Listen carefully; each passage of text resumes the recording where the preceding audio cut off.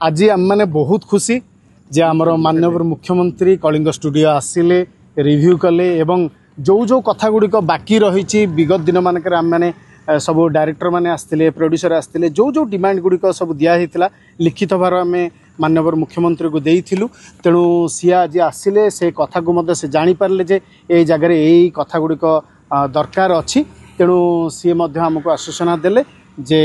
निश्चिंत भाव अल्प दिन भितर से कथा गुड़ कंप्लीट हम आउ खूब अल्प दिन भितर कलिंग स्टूडियो इनागुरेशन हम एवं आउ जो कथा गुड़िक रही जाइए बहुत गुड़े कथा आमर जो शूटिंग पर्पज रही जाइए जमती आपण देखंतु हॉस्पिटल है पुलिस स्टेशन है आपणकर बहुत गुड़े कथा माने जोटा कि अल्प पैसा रे भी माने थाना है आपणकर कोर्ट है यही सब जिन गुड़ा बहुत सिनेमा दरकार पड़ुछि तेणु से कथा गुड़िक आमको आश्वासना देले से कथा गुड़िक जल्दी कंप्लीट करेंगे एवं कलिंग स्टूडियो को पूर्णांग करने जो तांकर प्रथम चिंताधारा थिला सी एबे आमको लगुच ओडिया फिल्म इंडस्ट्री आ बहुत आगू जीव आ परवर्ती समय आउ किछि कथा आमे जहाँ तांको डिमांड देजो से कथा मध्य पूर्ण हो। धन्यवाद।